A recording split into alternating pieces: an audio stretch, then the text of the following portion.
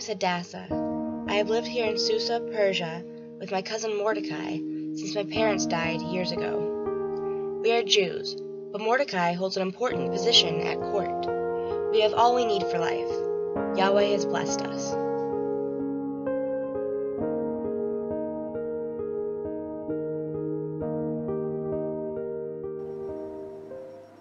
What will we do? We have to go with the law of the land and of the king. I do not wish to go. And I'd prefer not to send you, but the law is the law, and Yahweh will protect you.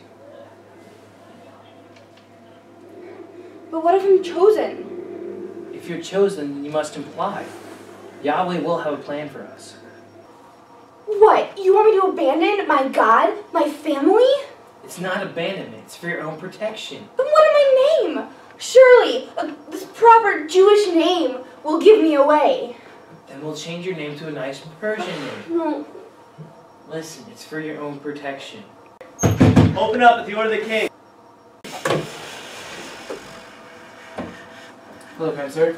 Get on. I've been told a young unmarried woman lives here. Just Esther. I've been ordered from the king to bring all young unmarried women to the district for him to choose a wife. Well, if you must. Thank you for your service. No, Come with me. Mordecai, please. Hey, Yahweh's going to be with you. He will bless you. This will be a blessed moment for you. Hundreds of women came from all corners of the empire. We spent a year in beauty preparations for our time with the king. Once one was chosen for the king's bride, none of us knew what to expect. If we were not chosen, we would become concubines, never to return to the life we knew before. We lived together in the harem, where all but one would stay. We shared a common situation, with none of our family or friends from before. We grew close, and I called many of these women friends, but we were still afraid. Each of us knew what the others were not saying. What if I am chosen? What if I am not?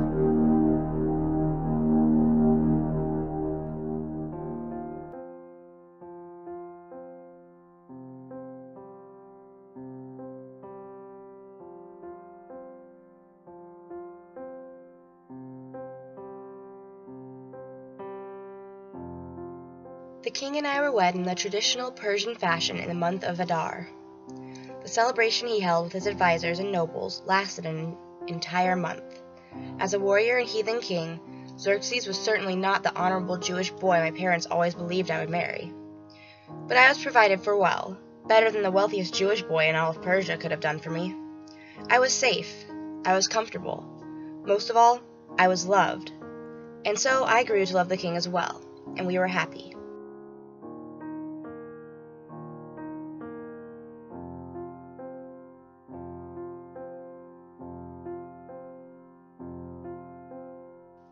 But my happiness did not last.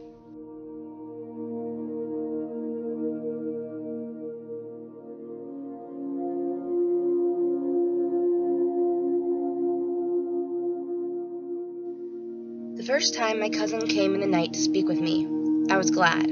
I had not heard from him, my only family, in so long. Though the news of an assassination plan against my husband was terrible, I was able to send that news through the palace to the king, and his life was saved. This time, Mordecai's news was far worse. You must go to the king. Surely you can approach your husband without fear. But I have not been summoned. It is the death penalty for all who do not come when called, and all who come when not summoned.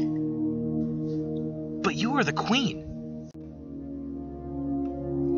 Vashti was queen before me. Now she is dead, and I bear her crown. Would you have the same happen to me?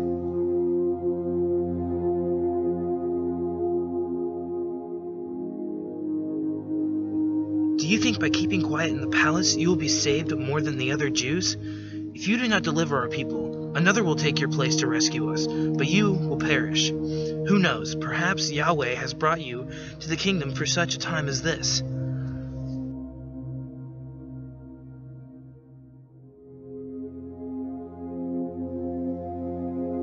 Gather all the Jews we know to fast and pray for me, while I do the same with my handmaidens.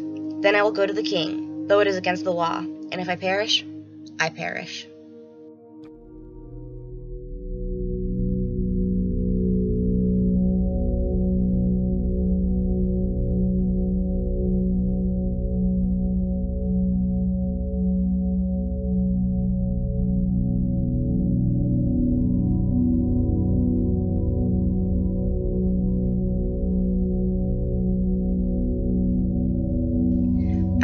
husband and his closest adviser, the evil, conniving Haman, to come to a feast in my chambers. Both gladly consented. On the first night, I ate in silence, as my husband enjoyed a quiet dinner with his wife and friend.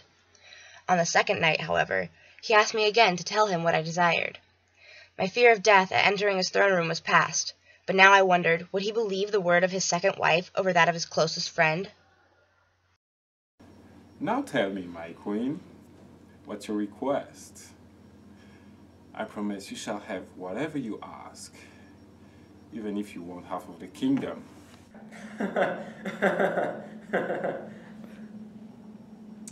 If I please you, and if my request pleases you, my wish is that my life be spared, and that my people live. I and my people, the Jews, have been sold to be killed and wiped out.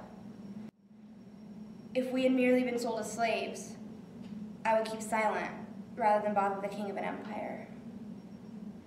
Who would dare to do such a thing to my wife? My foe and enemy, this wicked man Haman.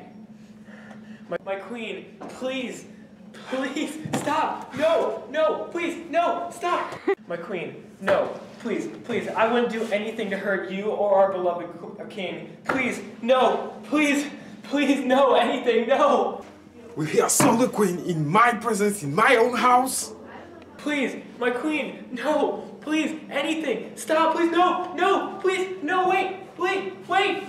My lord, Haman has a gallows standing in his yard which he prepared for Mordecai, the man whose report of assassination saved the king.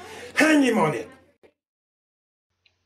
The next day, Xerxes proclaimed that all Jews who were attacked on the day set forth for their murder could fight back and take the spoils of their attackers. My people and I were saved. My husband loved me as Esther the Persian or Hadassah the Jew, for he loved me as a person and not just a pretty face. Though he died in battle a few years later, we lived a happy life together. I could not have asked for a better husband or a more loving marriage. Yahweh truly has blessed me.